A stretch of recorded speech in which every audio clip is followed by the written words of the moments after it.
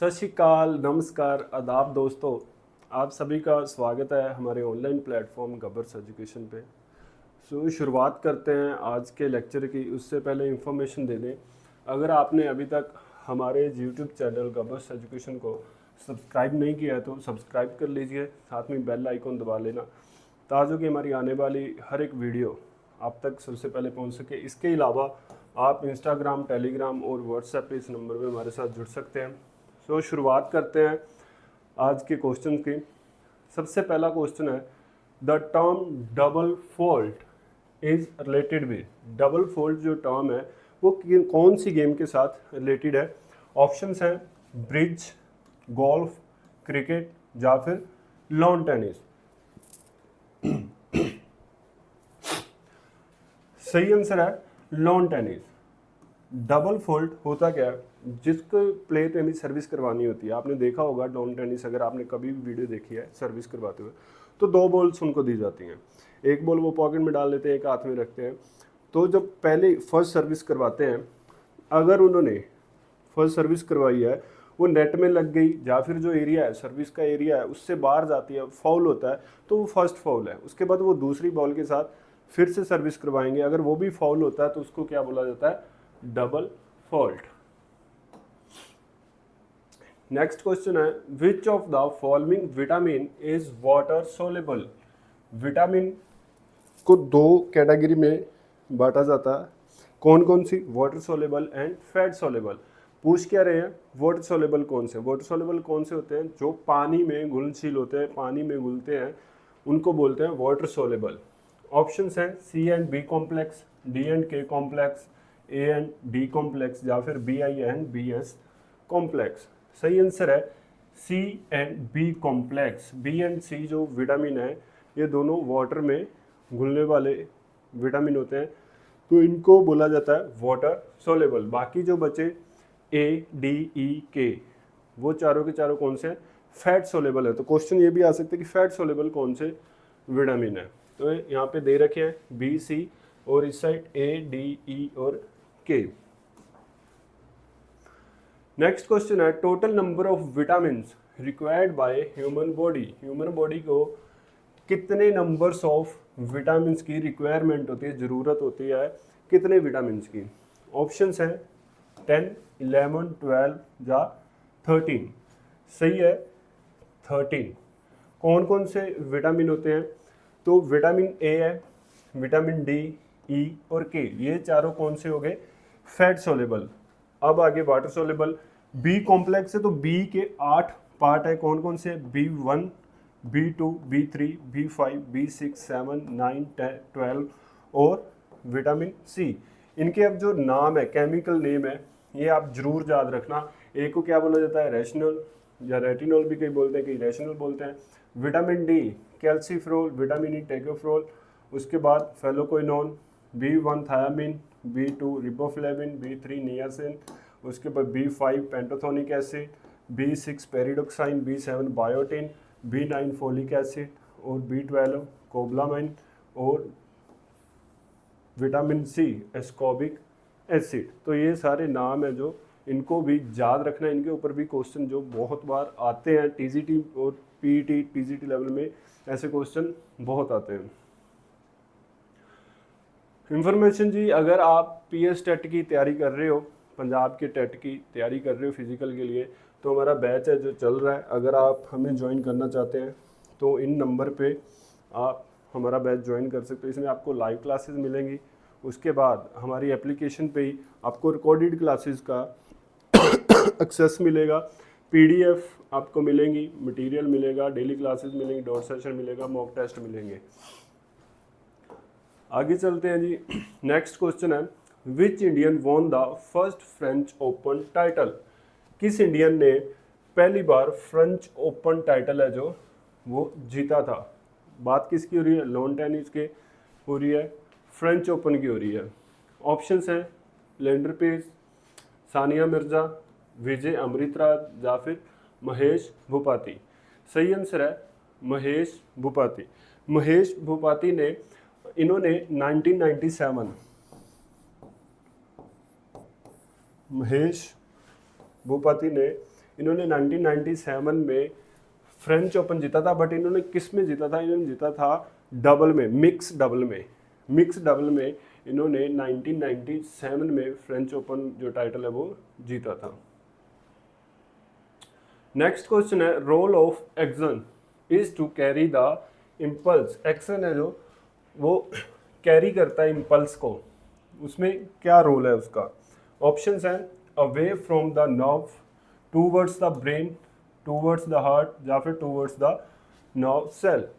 अब इसका काम क्या है एक्शन का? तो अवे लेके जाता है, इंफॉर्मेशन को दूर लेके जाता है नर्व से, तो away from the nerves.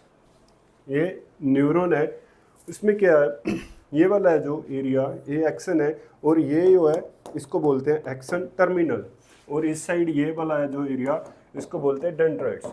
Dendrites काम किसका करता है? तो डेंड्राइट रिसीवर का काम करता है, ये इंफॉर्मेशन को रिसीव करता है आगे किसी न्यूरॉन से, उसके बाद एक्शन क्या करता है? उस इंफॉर्मेशन को आगे ट्रांसमिट करता है, आगे भेजता है। तो यहाँ से एक्शन टर्मिनल है जो वो इंफॉर्मेशन को आगे सेंड करेंगे, तो ये सेंडर है, और ये डेंड्राइट क्या काम करते हैं? रिसीवर का काम करते हैं। Next question, an athletic trainer may find it easy to know his athlete well only if he is able to। अगर कोई ट्रेनर, वो किस तरह से कोई ट्रेनर खिलाड़ी को किस तरह से अच्छे से जान सकता है, फाइंड कर सकता है, उसको जान सकता है only if he is able to. अगर वो एबल है, किस चीज़ के एबल है? तो वही ऑप्शंस हैं, नो देयर ट्रेड स्ट्रक्चर, उसको उसके ट्रेड्स के बारे में, उसके जो गुण है उनके बारे में पता है तो वो जान सकता है। उसके बाद पेनिट्रेट देयर साइकोलॉजिकल कोर, उसकी साइकोलॉजिकल कोर है जो उसमें घुस जाता है। Monitor their situational responses on and off the field, field के अंदर जा बाहर उसके कैसे कैसे रिस्पॉन्स आ रहे हैं बच्चे के, स्टूडेंट के, उसके बारे में अगर पता है, उस सिचुएशन के बारे में पता है तो। या फिर understand people who are their role model, या वो जानता है जो उसका रोल मॉडल है उसके बारे में भी वो जानता है, उसको पता है। सही आंसर है इसमें पेनिट्रेट देयर साइकोलॉजिकल कोर। जो साइकोलॉजी कोर या पर्सनैलिटी एक कोर वैल्यू होती है, मतलब जो हमारे अंदर हैं, हमारे अंदर के जो गुण हैं, हम बोलते हैं ना कि हमारे जो पेरेंट्स हैं वो ऐसे हैं, उनकी सोच ही ऐसी, उसको बदला नहीं जा सकता। जा किसी भी इंसान की, पेरेंट्स की बात नहीं, हमारी भी कुछ हमारी वैल्यूज़ है, कुछ बिलीफ है जो चेंज नहीं हो सकते। वो हमारी कोर पर्सनैलिटी है, वो हमारी कोर साइकोलॉजी है, तो वो हमारे अंदर है, कोर साइकोलॉजी है, वो चेंज नहीं हो सकती।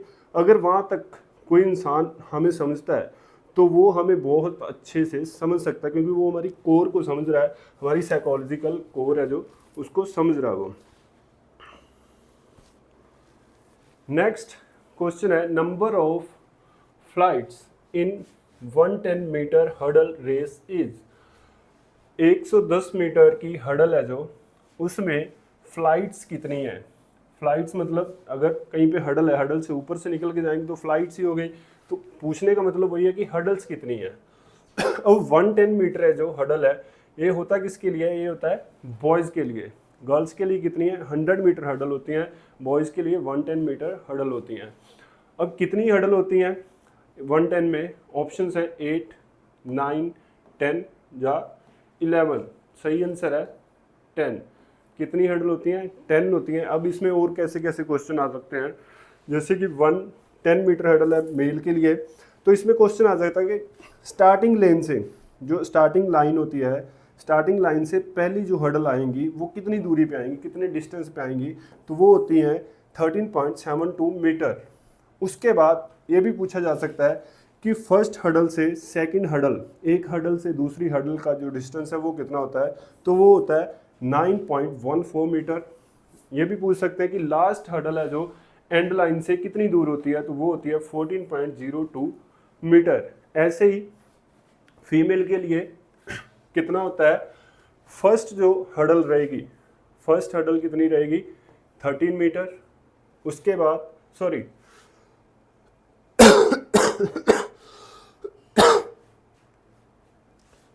फर्स्ट कितनी रहेगी 13 मीटर, उसके बाद 8.50 मीटर, फिर 8.50 मीटर, सारी 8.50 मीटर है, और लास्ट में कितनी है 10.50 मीटर। फिनिशिंग लाइन कितनी दूर है लास्ट हडल से 10.50 मीटर। इसके अलावा और क्वेश्चन क्या आता है कि हडल की हाइट कितनी होती है। अगर 110 की बात करें तो 1.06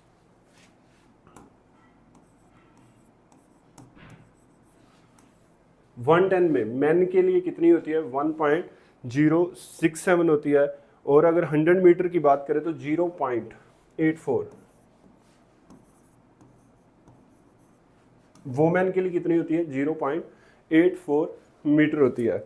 इसके अलावा और हडल्स इवेंट कौन कौन से हैं 400 मीटर। 400 मीटर का जो डिस्टेंस है वो कितना होता है, तो वो जो फर्स्ट रहेगी, फर्स्ट हडल रहेगी वो कितना है 45 मीटर। उसके बाद एक हडल से दूसरी हडल का कितना रहता है, तो वो रहता है 35 मीटर।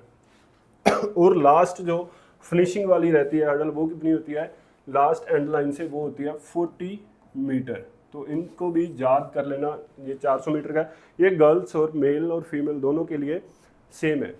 ये वाला जो 400 मीटर वाला है 40 मीटर, लास्ट वाली है स्टार्टिंग वाली कितनी 45 मीटर है 45 मीटर, उसके बाद 35 मीटर जो एक हडल से दूसरी हडल का डिस्टेंस है, और लास्ट हडल कितनी होती है वो 40 मीटर के डिस्टेंस पे होती है। अब इनकी जो ऊंचाई है वो कितनी होती है, अगर वोमेन की बात करें तो वो होती है 0.76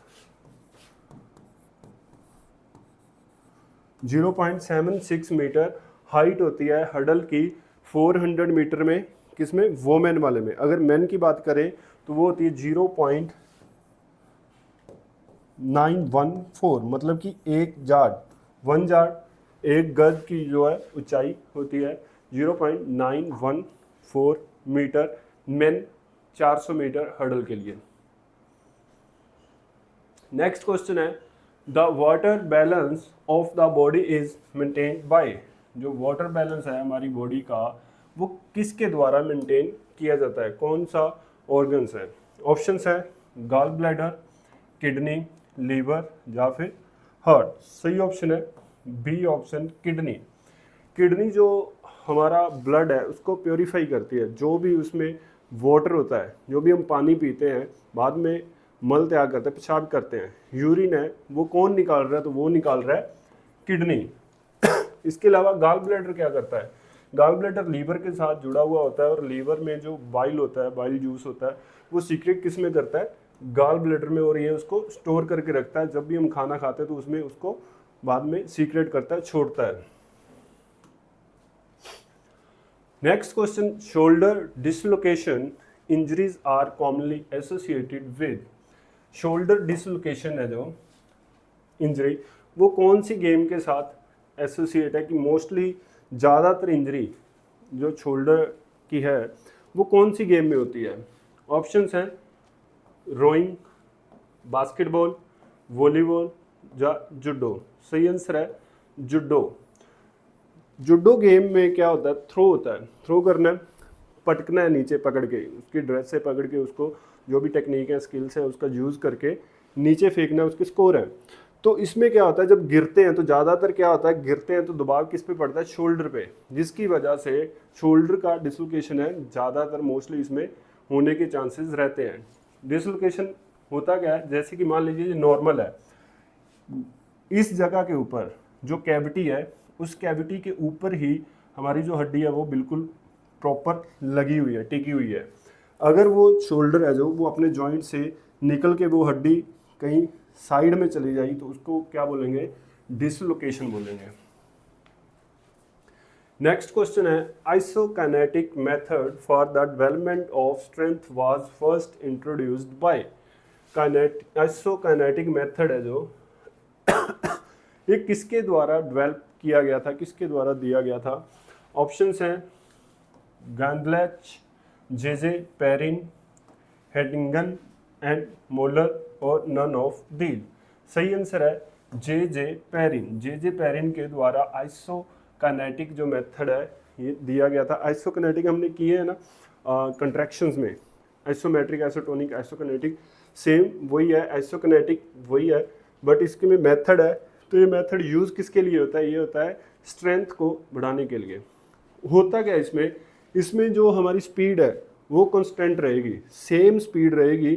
जब हम मूवमेंट करते हैं सेम स्पीड रहेगी, रेंज ऑफ मोशन सेम रहेगा, बट इसमें जो फोर्स लगा रहे होते हैं वो उसका फोर्स है जो वो कांस्टेंट नहीं होगी, वो कांस्टेंट नहीं होगी, वो ऊपर नीचे होती है, कभी ज़्यादा लगती है कभी कम लगती है। जैसे कि साइकिलिंग है, साइकिलिंग करते हैं तो इसमें क्या है, रेंज ऑफ मोशन सेम रहेगा, स्पीड है सेम रहेगी। स्विमिंग है वो भी इसका एग्जांपल है, रोइंग है इसी का एग्जांपल है। तो इसमें इसको हम क्या बोलेंगे? Isokinetic method. नेक्स्ट क्वेश्चन है which is the oldest football club of India? India का ओल्डेस्ट फुटबॉल क्लब कौन सा है? ऑप्शंस हैं डलहौजी क्लब, मोहन बागान क्लब, स्कोपी क्लब या फिर नन ऑफ दीज। ऑप्शंस के अकॉर्डिंग चले, अगर यही सोचें कि सबसे पहले कौन सा बना, आप पूरा क्लियर कर दूं, ये प्रीवियस ईयर क्वेश्चन है, तो जो प्रीवियस ईयर क्वेश्चन में जो आंसर दे रखा है वो दे रखा है मोहन बागान। मोहन बागान जो क्लब है इसको सही बोला गया है, बट अगर देखें कि सबसे पुराना कौन सा है तो वो है सरदा। सरदा क्लब है। सरदा क्लब बना कब था? वो बना था 1972 में। 1972 में बना था सरदा क्लब, सबसे पुराना है। बट वो क्या हुआ, वो क्लब बंद हो चुका है, वो चलता नहीं है अब। उसके बाद सेकंड बना था डलहौजी क्लब। डलहौजी क्लब कब बना था? तो ये बना था 1878 में, सॉरी ये 1872 में बना था और ये 1878 में बना था। और जो मोहन बागान है मोहन बागान एथलेटिक क्लब है जो, ये बना था 1889 में।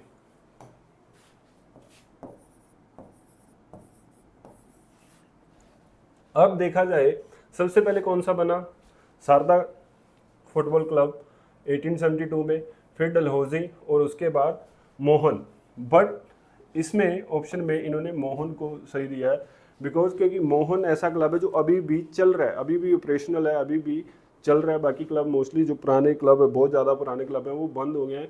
उनमें से एक मोहन बागान क्लब है जो सबसे पुराना क्लब है, अभी भी जो एग्जिस्ट करता है इंडिया में, अभी भी चल रहा है। तो इनके अकॉर्डिंग सही आंसर इन्होंने दिया बी, मोहन बागान।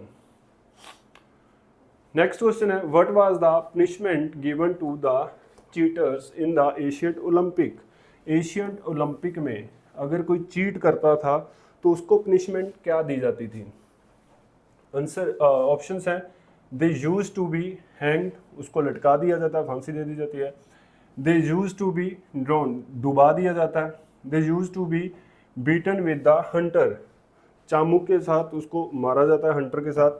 यूज टू बी डिटेन्ड, उसको नज़रबंद कर दिया जाता है, छोड़ दिया जाता है, भगा दिया जाता है। सही आंसर है हंटर के साथ मारा जाता था, चामुक के साथ, जो कौड़े बोलते हैं उनके साथ मारा जाता था और पनिशमेंट दी जाती थी। नेक्स्ट क्वेश्चन है which of the following drugs is not band by the international Olympic committee? कौन सी ड्रग है जो इंटरनेशनल ओलंपिक कमेटी के द्वारा बंद की हुई है, और सॉरी बंद नहीं की हुई है? ऑप्शंस हैं एल्कोहल, मैरिजुआना, कोकेन या फिर एफेड्राइन। सही आंसर है एल्कोहल। दारू है जो एल्कोहल है वो इंटरनेशनल ओलंपिक कमेटी के इन्होंने बैन नहीं की हुई है। इंटरनेशनल ओलंपिक कमेटी ने बैन नहीं किया है। क्यों नहीं किया है? डोप में क्या चीज़ें आती हैं जिससे हमें एडवांटेज मिलता है, किसी भी तरह की कोई भी चीज़ जिससे हमारी परफॉर्मेंस बढ़ती है, एडवांटेज मिलता है, वो चीज़ें बैन की जाती हैं। बट अल्कोहल देखें तो ये काम क्या करती है? जब हम पीते हैं, कोई भी इंसान पीता है तो उसके सेंट्रल नर्वस सिस्टम पे इफेक्ट करती है, जिसकी वजह से क्या होता है, कोऑर्डिनेशन अच्छा नहीं रहता, बैलेंस भी अच्छा नहीं रहता है, जो थिंकिंग है, थिंकिंग प्रोसेस अच्छा नहीं रहता, हम डिसीजन अच्छे से नहीं ले पाते हैं। तो अगर कोई अल्कोहल लेकर के पी करके कुछ कहीं पे भी पार्टिसिपेशन करेगा तो उसको उसका एडवांटेज नहीं मिलेगा, डिसएडवांटेज मिलेगा। तो इसीलिए इसको बैन है जो नहीं कर रखा। मैरिजुआना, भांग, इसके अलावा कोकेन और एफेड्राइन। एफेड्राइन क्या है? तो ये स्टिमुलेंट्स है। स्टिमुलेंट्स का मतलब क्या है? जिससे हमारी हार्ट रेट बढ़ जाती है, तो इससे भी हमारी हार्ट रेट है जो बढ़ती है उसके अलावा कोकेन क्या है, कोकेन सेम स्टिमुलेंट्स है, ये भी हमारी हार्ट रेट को बढ़ाती है। मैरिजुआना क्या है, ये कई बार बीपी बढ़ा भी सकता है, बीपी कम भी कर सकता है। इसके अलावा मसल रिलैक्सेशन और ये सारे एडवांटेज किससे होते हैं, मैरिजुआना से। नेक्स्ट क्वेश्चन है, how many sports person award Arjun awarded in a year. कितने लोगों को अर्जुन अवार्ड है जो वो एक साल में दिया जाता है। ऑप्शंस हैं 10 sports person, 16 sports person, 25 sports person या फिर 15 स्पोर्ट्स पर्सन। सही आंसर जो बुक में दे रखा है इन्होंने, सॉरी प्रीवियस ईयर क्वेश्चन में, वो कितने हैं, 25 स्पोर्ट्स पर्सन। बट जब इधर उधर से थोड़ा नॉलेज इकट्ठी करते हैं तो वहाँ पे लिखा हुआ है कि अकॉर्डिंग टू परफॉर्मेंस है ये। तो अगर परफॉर्मेंस ही नहीं आ रही है तो जरूरी थोड़ी ना कि 26 बंदे हम कहीं ना कहीं से इकट्ठे करेंगे। तो अकॉर्डिंग टू परफॉर्मेंस है। जैसे कि पिछले साल की अगर बात करें 2023 की, तो 26 प्लेयर्स को अर्जुन अवार्ड मिला है, तो 25 से तो ऊपर है। तो पता नहीं अब क्या ठीक है, जो मेरे को डाटा मिला है तो उसमें तो मोस्ट यही लिखा है ज़्यादातर जगह पे कि अकॉर्डिंग टू परफॉर्मेंस, कि कैसी परफॉर्मेंस आ रही है। अगर ज़्यादा प्लेयरों की परफॉर्मेंस आए तो ज़्यादा को भी दिया जा सकता है, कम की आ रही है तो जरूरी थोड़ी ना कि 25 पूरे किए जाएंगे। नेक्स्ट क्वेश्चन है, to take penalty stroke in hockey any skill can be used except. अगर आप पेनल्टी स्ट्रोक लगा रहे हो हॉकी में तो एक स्किल को छोड़ के आप कोई भी स्किल यूज़ कर सकते हो। वो कौन सी स्किल है जिसको छोड़ के बाकी आप सारी स्किल यूज़ कर सकते हो।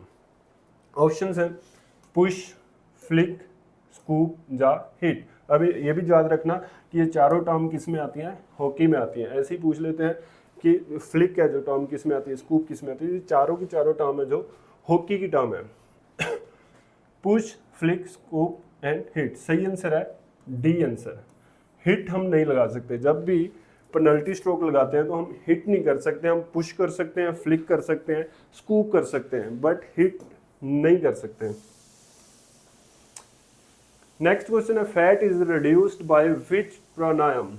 कौन से प्राणायाम के करने से फैट है जो वो कम होती है, रिड्यूस होती है।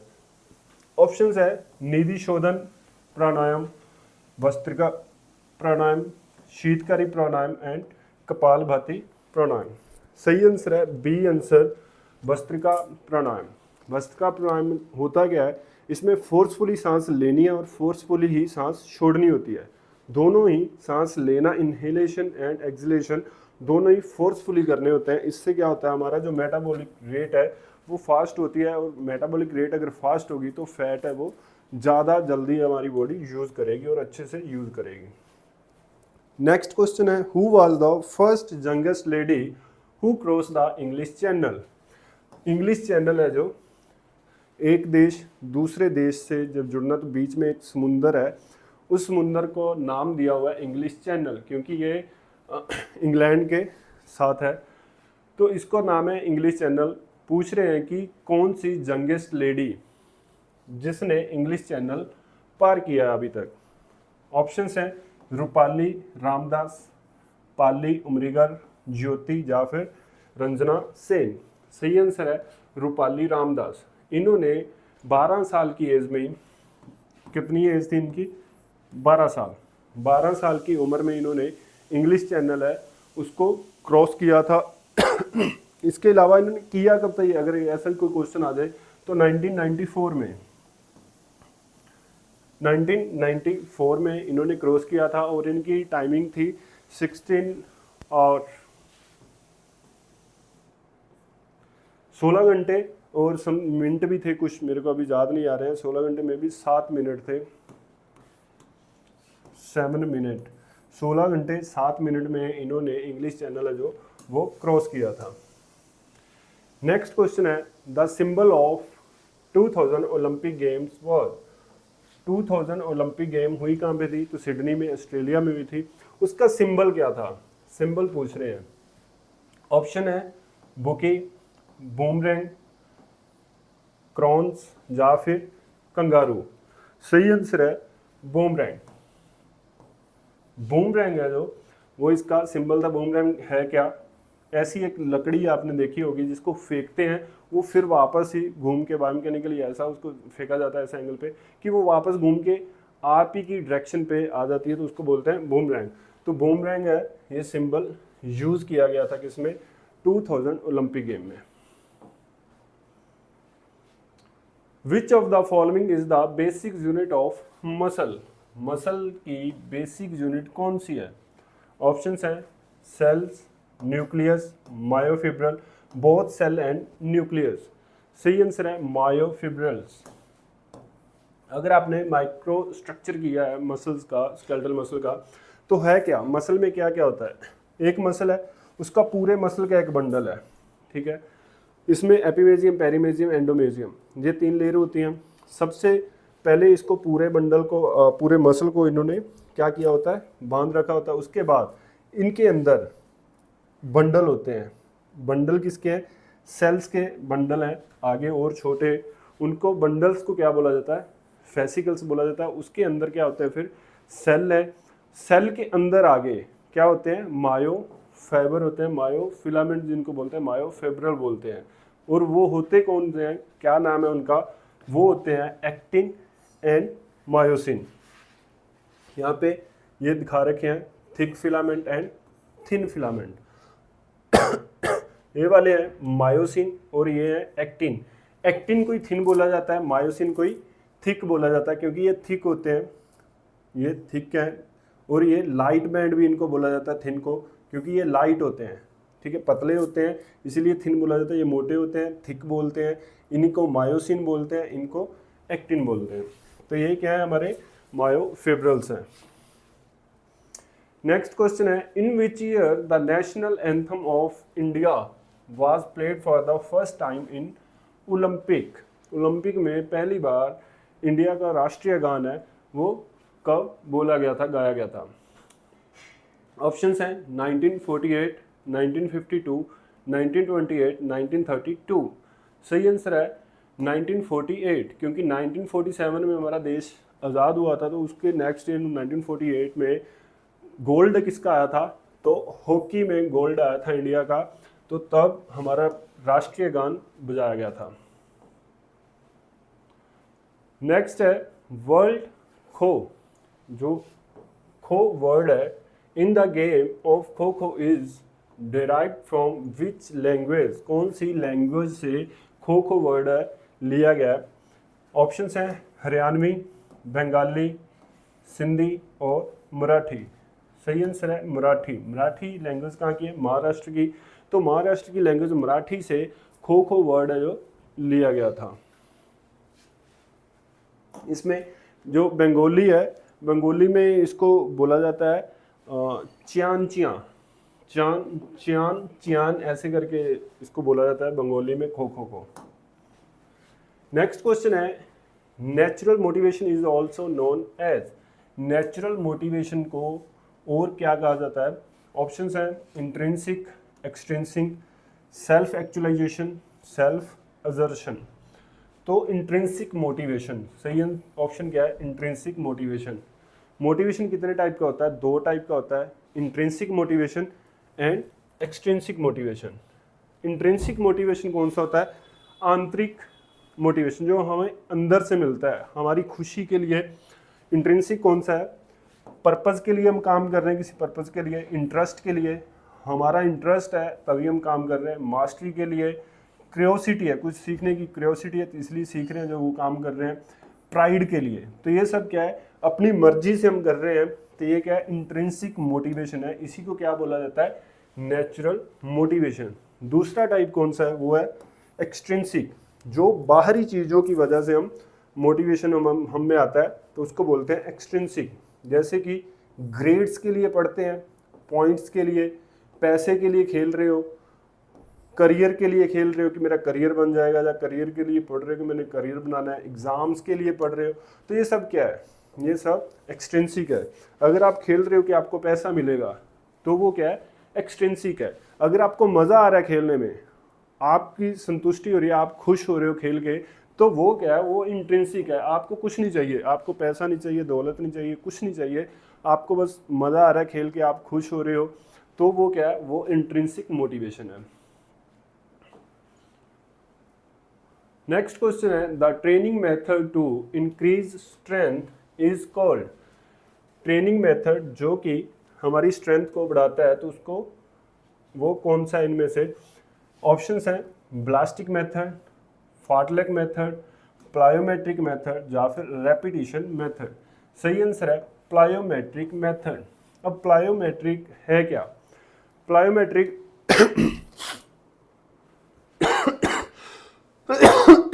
सॉरी, प्लायोमेट्रिक क्या है? जब हमारे मसल फोर्स लगाते हैं, मैक्सिमम फोर्स लगाते हैं मिनिमम टाइम में, कम से कम समय में ज़्यादा फोर्स लगाते हैं, तो उसको क्या बोलते हैं हम?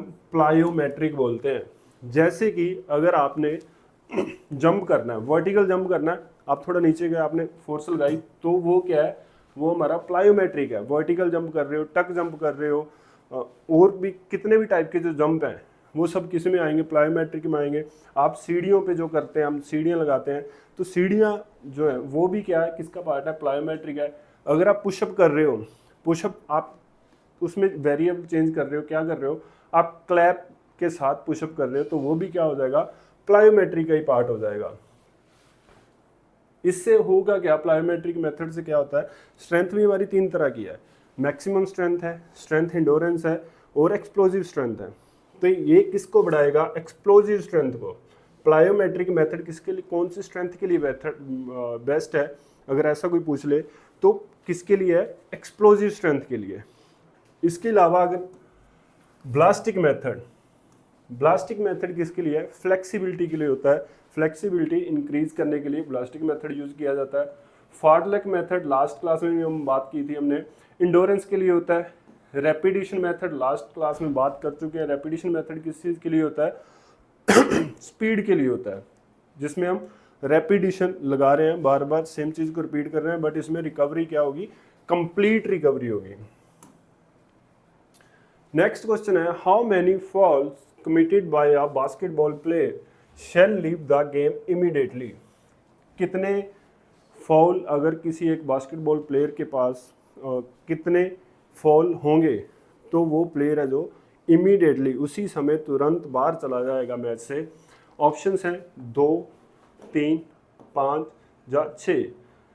सही आंसर है सी ऑप्शन 5। अगर किसी भी प्लेयर से 5 फॉल हो जाते हैं, तो वो उस मैच से बाहर चला जाएगा, वो आगे कंटिन्यू नहीं करेगा। तो फाउल इसमें बहुत सारे हैं, बॉडी टच करते हैं, ठीक है, अगर उसके हाथ को ऐसे पकड़ रहे हैं आप, वो थ्रो कर रहा है, उसमें आप उसको डिस्टर्ब कर रहे हो, तो वो भी फाउल है। बहुत तरह के इसमें फाउल है। नेक्स्ट क्वेश्चन है, मसल इन आइसोमेट्रिक कंट्रैक्शन। आइसोमेट्रिक कंट्रैक्शन में मसल क्या करता है? श्रिंक करता है, मतलब कि सुगड़ता है, छोटा हो जाता है, लॉन्गर लंबा हो जाता है, नेदर श्रिंक नॉर एक्सपेंड, ना तो वो छोटा हो रहा है और ना ही वो लंबा हो रहा है। नेक्स्ट है, the longer it gets the more it shrinks, कि वो लंबा ज़्यादा होगा और ज़्यादा ही श्रिंक करेगा। बट सही आंसर क्या है? Neither shrink nor expand. बात किसकी कर रहे हैं? आइसोमेट्रिक कंट्रैक्शन की। आइसोमेट्रिक में होता क्या है? मान लीजिए मेरे पास डंबल है कोई, मैंने यहाँ पे डंबल को लिया और ऐसे खड़ा हो गया, तो मेरे जो मसल हैं, आर्म के मसल हैं जिन पे जोर लग रहा है, तो वो टेंशन में तो रहेंगे, उनकी फोर्स तो लग रही है, जोर तो लग रहा है, बट उनकी जो शेप है वो ना तो लंबे हो रहे हैं ना ही छोटे हो रहे हैं। शेप उनका साइज है जो वो सेम रहेगा, तो उसको हम क्या बोलते हैं? Isometric contraction. स्ट्रेंथ को बढ़ाने के लिए काम आता है ये मेथड भी, आइसोमेट्रिक कंट्रैक्शन भी स्ट्रेंथ बढ़ाती है हमारी। ये थे हमारे आज के क्वेश्चन। अगर आप किसी भी टीजीटी पीजीटी लेवल की तैयारी कर रहे हो, जैसे कि चंडीगढ़ टीजीटी का अगर एग्ज़ाम आ रखा है, आपने फिल किया हुआ पेपर, तो आप ये जितने भी क्वेश्चन हम कर रहे हैं उसमें आपको बेनिफिट देंगे। इसके अलावा कोई भी TGT PGT KVS NVS Navodaya सभी में, कोई भी स्टेट का टीजीटी पीजीटी है, सभी एग्ज़ाम में आपको बेनिफिट देंगे। इसके अलावा अगर आप पीएस टेट 2 की तैयारी कर रहे हो, तो हमारा जो बैच है वो चल रहा है, लाइव क्लासेज, जिसमें आपको PDF material, daily classes, dot session और मॉक टेस्ट है वो दिए जाएंगे। अगर आप हमारे साथ जुड़ना चाहते हो तो इस नंबर पे कॉल करके या व्हाट्सएप पे मैसेज करके हमारे साथ जुड़ सकते हैं। अगर आपको हमारा सेशन, हमारी क्लास अच्छी लग रही है तो हमारे यूट्यूब चैनल को सब्सक्राइब कर लीजिए और साथ ही के साथ इसका बेल आइकन दबा लीजिए और क्लास को अपने दोस्तों के साथ ज़्यादा से ज़्यादा शेयर कर दीजिए। तो ये थी हमारी आज की क्लास। फिर मिलेंगे और क्वेश्चंस के साथ और किसी दिन। तब तक सत श्री अकाल, अलविदा जी।